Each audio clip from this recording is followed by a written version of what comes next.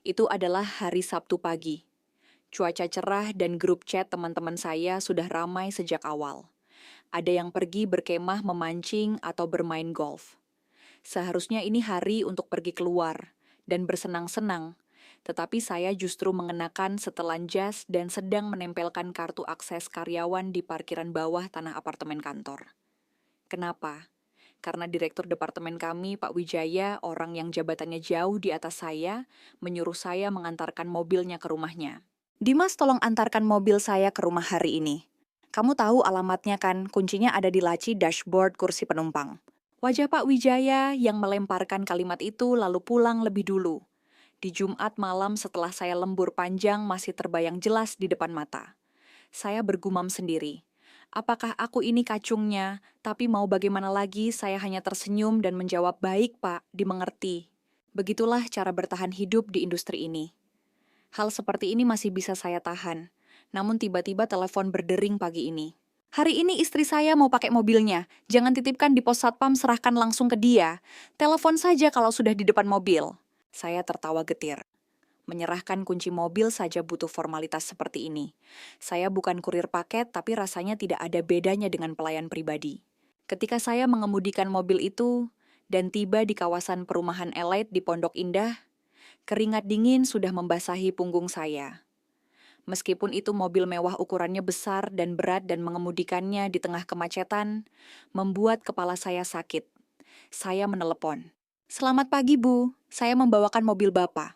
Namun dengan suara dingin, dia hanya menjawab singkat. Tunggu sebentar. Fiuh, baik, Bu.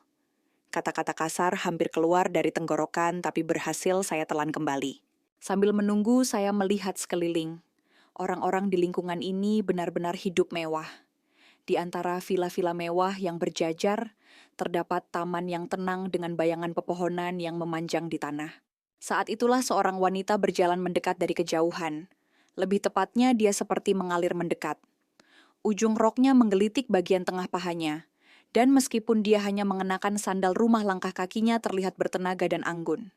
Cahaya matahari membalut lembut bahu dan lehernya serta pergelangan tangannya yang mulus terlihat jelas. Napas saya tertahan. Dia mendekat dan bertanya, "Suami saya yang suruh?" "Iya," jawab saya, tapi getaran dalam suara saya mungkin bukan sekadar perasaan saya saja.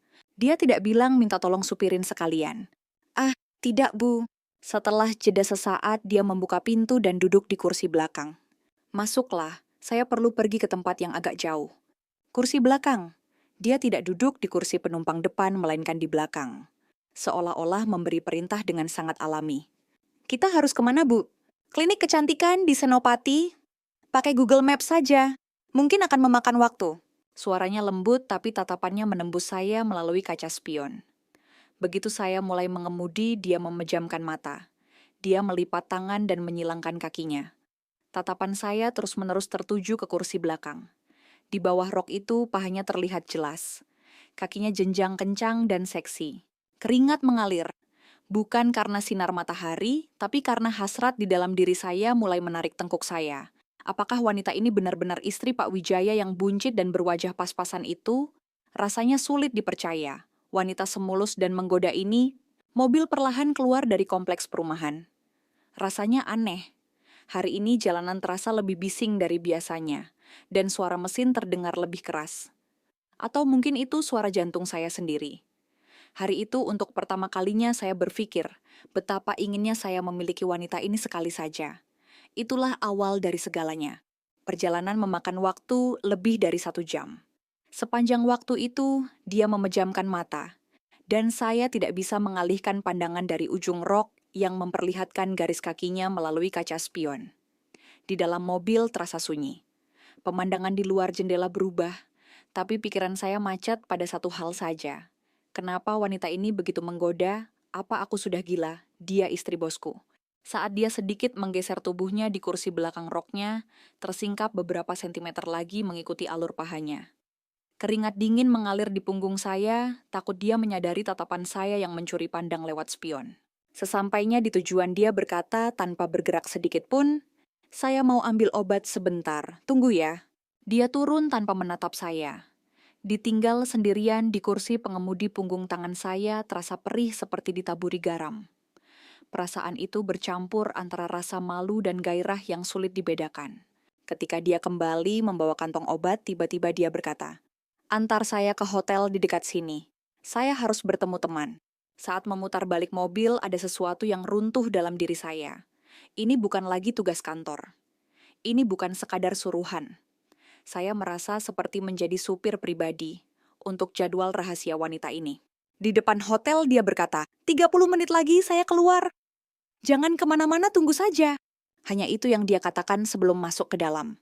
Saya mencengkeram setir, duduk diam tanpa bisa melakukan apa-apa. Sosoknya menghilang di balik pintu kaca, dan saya menunduk sambil berbisik, "Kenapa aku melakukan ini? Apa-apaan ini sebenarnya?" Waktu berjalan lambat. Ketika dia keluar, cukup lama kemudian ada tas belanja tambahan di bahunya. Lalu dia tersenyum tipis dan berkata, "Terima kasih. Berkat kamu saya jadi nyaman bepergian." "Ngomong-ngomong Dimas, umur kamu berapa?" Saya ragu sejenak sebelum menjawab, "Saya 45 tahun, Bu." Dia berhenti melangkah.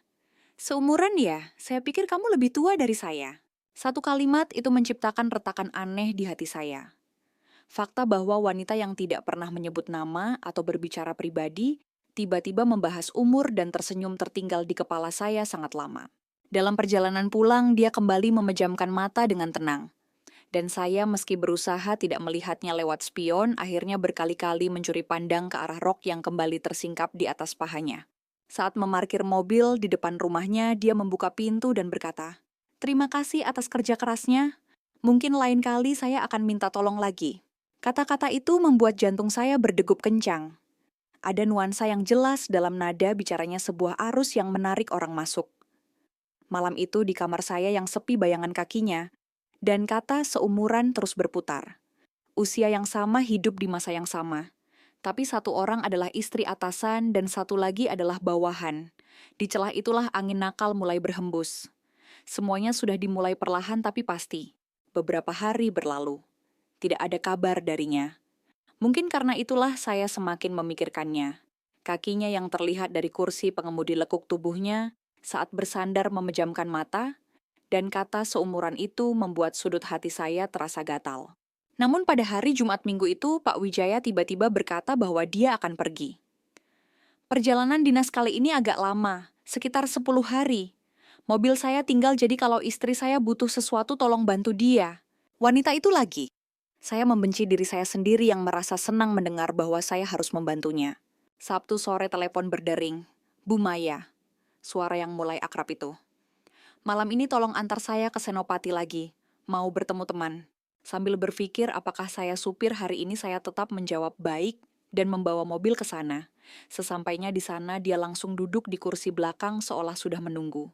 Dia mengenakan gaun terusan hitam pendek. Berlengan panjang, tapi siluet tubuhnya terlihat jelas. Begitu duduk, dia menyilangkan kaki dan roknya kembali naik ke paha. Mobil melaju tanpa suara. Radio tidak dinyalakan dan kami tidak berbicara, tapi entah kenapa udara terasa bergetar aneh.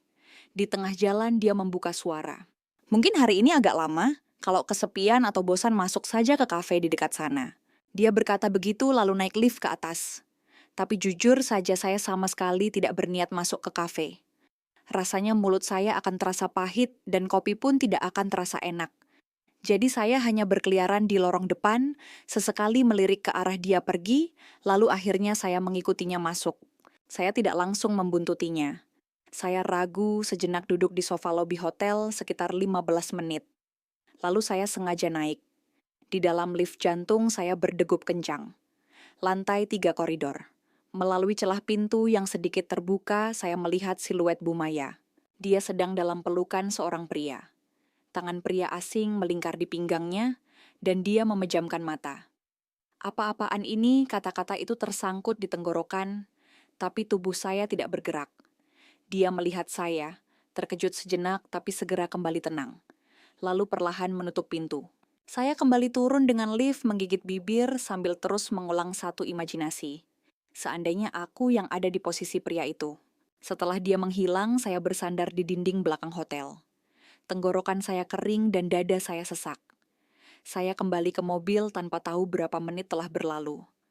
Tanpa menyalakan mesin saya hanya menunggu dia muncul. Tepat sekitar 30 menit kemudian, dia berjalan keluar dari pintu utama hotel. Saya bisa merasakannya dari jauh. Wajahnya tanpa ekspresi dan matanya dingin. Dia membuka pintu depan dan masuk tanpa bicara. Kali ini dia duduk di samping saya, bukan di kursi belakang. Dia duduk sambil melipat tangan menatap keluar jendela. Bibirnya tertutup rapat, bahkan suara napasnya tidak terdengar. Saya juga tidak berkata apa-apa. Di dalam mobil sangat sunyi. Kesunyian itu terasa berat dan mencekik, bahkan suara mesin terdengar mengganggu. Kami kembali ke depan rumahnya tanpa sepatah kata pun.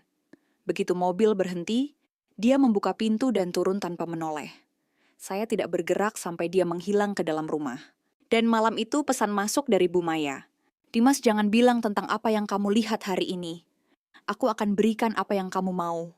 Satu kalimat yang entah ancaman atau godaan itu membuka pintu terlarang dalam diri saya. Malam itu setelah menerima pesannya, entah berapa kali saya menyalakan dan mematikan layar ponsel. "Jangan bilang, aku akan berikan apa yang kamu mau."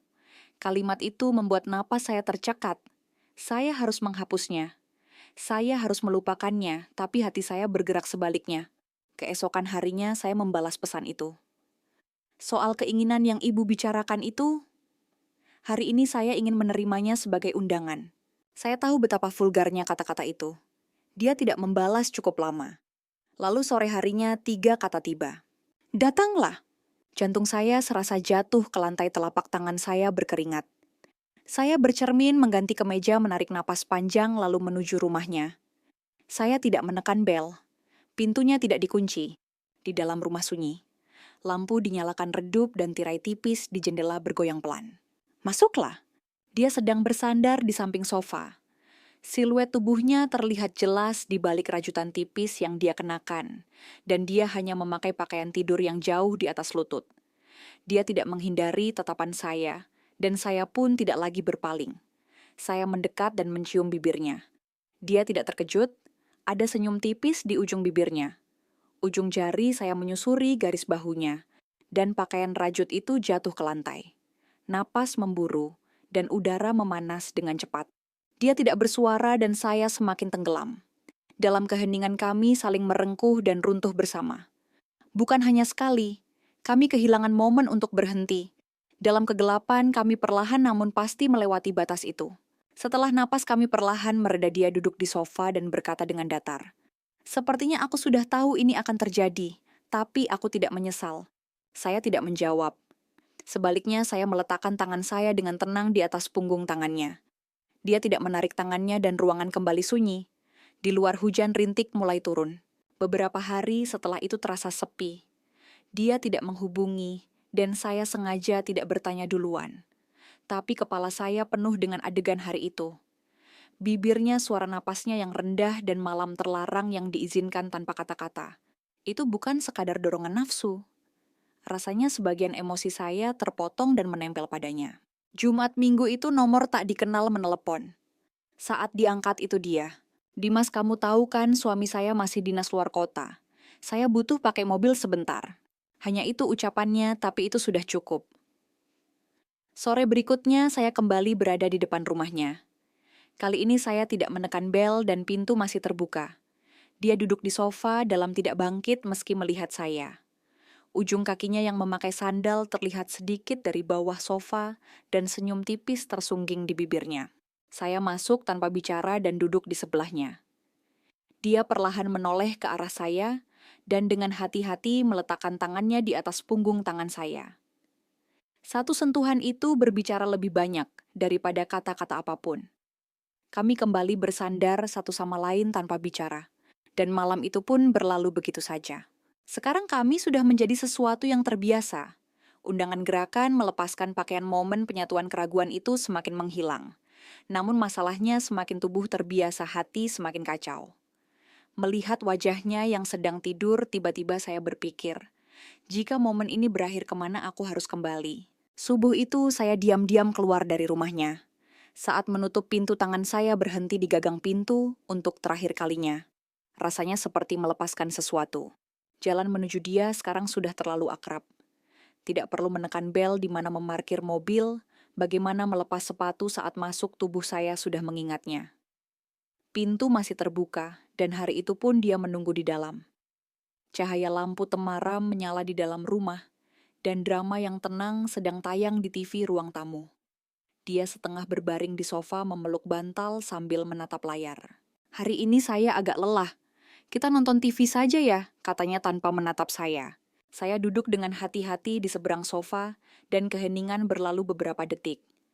Hanya dialog drama yang mengisi ruangan dan dia menerimanya tanpa ekspresi. Saya menarik sofa sedikit mendekat dan memutar tubuh ke arahnya. Punggung tangan saya menyentuh lengannya, tapi dia tidak bergerak. Tiba-tiba dia bangkit mengambil gelas anggur dan berkata, "Dimas, menurutmu aku ini apa?" Pertanyaan itu seolah ditujukan pada orang lain, tapi sebenarnya terdengar seperti monolog untuk dirinya sendiri. Saya tidak menjawab. Saya merasa jika saya menjawab, dinding sunyi yang ada sekarang akan runtuh sepenuhnya. Dia berjalan tanpa suara ke dapur, meletakkan gelas di wastafel, dan perlahan membuka pintu kamar utama. Saya ditinggalkan sendirian di bawah lampu ruang tamu, menatap gelas anggur kosong cukup lama, lalu menyandarkan punggung ke sofa. Malam itu kami habiskan tanpa sentuhan apapun. Dia menghilang ke dalam kamar dan saya tertinggal di sana. Keesokan paginya dia meletakkan cangkir kopi di meja dan berkata, "Badan saya kurang enak, hari ini kamu pulang saja diam-diam." Saya mengangguk, tidak ada kata yang bisa saya tambahkan. Saat saya membuka pintu depan hendak keluar, dia meninggalkan satu kalimat pelan. "Pintunya akan tetap terbuka lain kali." Saya tidak bisa membedakan apakah itu janji yang manis atau kendali yang dingin. Saya menunduk diam dan menutup pintu. Pintu itu terasa agak berat. Beberapa hari tidak ada kabar darinya.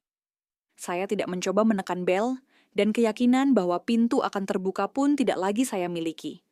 Saya menunggu dan kenyataan bahwa saya menunggu membuat saya semakin merasa tidak adil. Saya mencoba menghibur diri bahwa kami hanyalah hubungan sesaat yang saling memeluk dan berbagi napas. Tapi kata-kata itu semakin kehilangan maknanya. Sabtu sore saat saya hanya membuang waktu sambil menatap ponsel pesan darinya masuk. "Hari ini sepertinya sulit. Badan saya lelah, lain kali saja kita ketemu." Kalimat yang rapi tanpa ada rasa penyesalan atau permintaan maaf di dalamnya. Namun kalimat itu mulai meruntuhkan saya. Apakah lain kali yang dia maksud benar-benar untuk saya? Atau untuk seseorang yang bisa menggantikan saya? Untuk mencari jawaban, saya berkeliaran di parkiran hotel tempat biasa dia pergi. Tanpa rencana, tanpa hak apapun, hanya berdiri di sana. Dan lagi-lagi saya melihatnya. Kali ini jelas. Dia bersama seseorang, dan seseorang itu jauh lebih muda dari saya dengan wajah tertawa yang terlihat sangat ringan. Dia meletakkan tangannya di lengan pria itu dan masuk ke dalam hotel. Sosoknya menghilang perlahan di balik pintu otomatis. Napas saya tercekat. Amarah yang tak tertahankan membakar dada saya. Saya langsung meneleponnya. Dia mengangkatnya tak lama kemudian. "Ya Dimas." Suaranya begitu datar hingga saya tidak bisa menahannya lagi.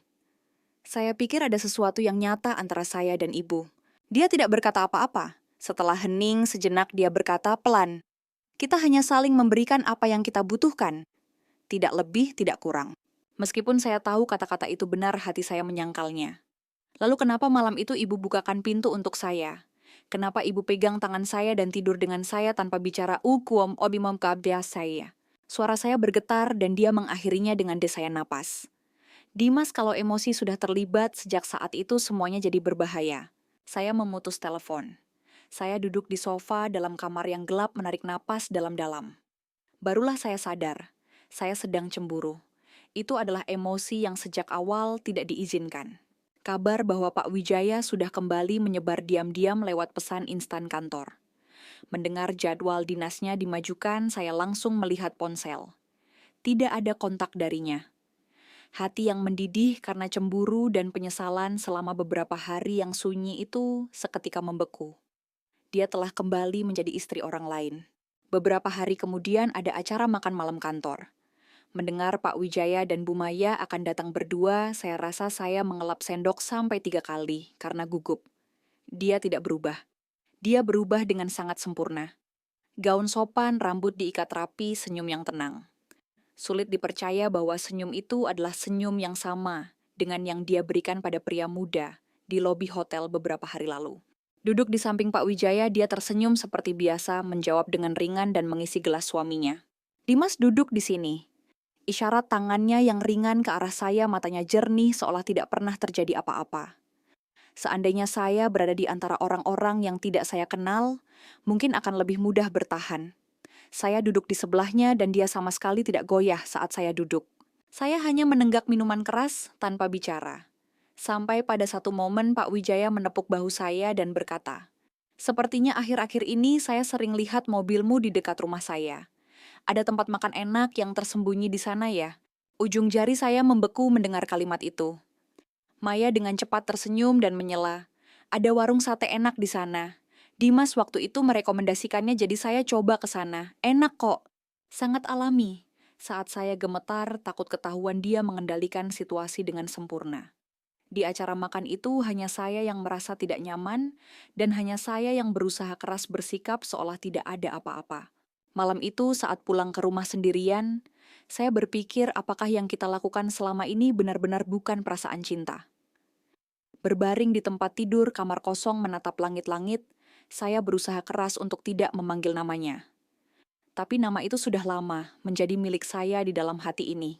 Wajah Pak Wijaya yang saya temui di depan mesin fotokopi kantor terasa lebih asing dari sebelumnya. Senyumnya masih sama, tapi sorot matanya berbeda. "Dimas, kamu kelola rekaman dashcam mobil dengan baik kan? Mobil saya akhir-akhir ini ada bekas baret di parkiran." Kalimat yang dilontarkan dengan santai, tapi jantung saya berdegup kencang. Kecurigaan yang tersembunyi di balik kata-kata itu membesar dan bersuara di dalam hati saya. Sejak hari itu, setiap kali memegang kunci mobil saya, memeriksa 2-3 kali, dan setiap melewati gang rumah Bu Maya saya, tanpa sadar menundukkan kepala.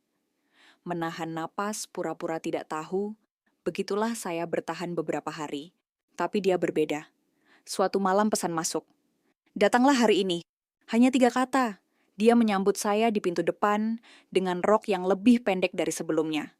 Dia mengeluarkan wine tanpa bicara, dan saya meminumnya tanpa bicara. Malam itu kami tidak berbicara. Hanya tangan yang bergerak lebih dulu, napas yang terengah saling membelit, seolah memastikan suhu tubuh masing-masing secara perlahan namun liar. Tapi akhirnya berbeda dari sebelumnya. Setelah semuanya selesai, dia membalikan punggung dan menyalakan rokok. "Kalau mau berhenti, berhenti saja," kata-kata yang dilempar ringan. Namun di dalamnya tersembunyi hawa dingin yang berbahaya. Saya tidak menjawab. Saya tidak tahu apakah saya harus benar-benar berhenti atau melanjutkan momen ini. Dia menghembuskan asap rokok keluar jendela dan berkata dengan acuh tak acuh, "Saya tahu saya menggoyahkan kamu, Dimas. Tapi apa itu sebegitu beratnya buat kamu?" Saya tidak bisa tertawa, bahkan tidak bisa menangis. Saya hanya menggigit bibir melihat punggungnya. Saat itulah saya sadar. Aku benar-benar terperangkap oleh wanita ini. Di luar angin dingin bertiup dan di dalam keheningan yang lebih dingin terus berlanjut. Pesan darinya datang lagi pada hari Pak Wijaya kembali pergi dinas luar kota. "Bisa datang sebentar malam ini." Tidak ada kata lain. Jantung saya berdegup kencang dan saya memegang ponsel ragu cukup lama. Tapi akhirnya saya kembali menuju pintu itu. Apakah akan terbuka seperti dulu? Saya berdiri sejenak, tapi kali ini terkunci. Saat saya menekan bel dengan hati-hati, dia membuka pintu. "Mungkin ini yang terakhir." Kata-kata yang keluar dari bibirnya terdengar jauh lebih tenang dari yang saya duga, membuat saya malah merasa cemas. Melewati pintu depan pemandangan ruang tamu yang akrab, dengan pencahayaan yang agak diredupkan, menyambut saya. Di meja makan, 2 gelas wine sudah dituangkan, dan dia perlahan menyodorkan gelas itu. Kami duduk berhadapan tanpa bicara meminum wine, dan setelah satu tegukan, dia meletakkan gelasnya dan berkata, "Saya rasa saya sudah memberikan semua yang kamu inginkan selama ini." Nada bicaranya anehnya sangat datar, dan kedataran itu terasa lebih menakutkan bagi saya. "Kalau begitu, Ibu memanggil saya hari ini untuk yang terakhir kalinya?" Dia tidak menjawab. Sebaliknya, dia mengosongkan gelasnya dan diam-diam mematikan lampu. Kegelapan perlahan menyelimuti ruangan, dan kami kembali berbicara hanya lewat suara napas. Malam itu di tengah ketegangan, bahwa ini adalah yang terakhir terasa lebih hati-hati dan lebih panas. Namun setelah selesai, dia segera menarik selimut, dan saya berbaring memunggunginya, menatap langit-langit. Tidak ada suara keheningan memanjang seperti sebuah dialog. Subuh hari dia bangun lebih dulu dan berkata pelan, "Sekarang kamu tidak boleh lagi bersandar pada saya." Saya melihat punggungnya dan tidak bertanya apa-apa. Karena meskipun mendengar jawabannya, saya tidak akan mendengar kata-kata yang saya inginkan. Saat memakai sepatu di depan pintu, saya bertanya untuk terakhir kalinya, apa saya tidak boleh datang lagi? Tanpa menoleh, dia meletakkan tangannya di gagang pintu dan berkata, "Pintunya sekarang akan saya kunci." Tanpa bisa menjawab, saya keluar dari rumah itu dengan diam. Suara pintu yang tertutup terdengar rendah dan berat seperti akhir antara dia dan saya. Namun aneh, sejak hari itu, sejauh apapun saya pergi, kehangatan tubuhnya tidak hilang dari dalam diri saya. Di malam-malam ketika saya ingin percaya bahwa semuanya sudah berakhir, suara napasnya hidup kembali di telinga saya. Pintu itu sudah tertutup, tapi saya masih tertinggal di dalamnya.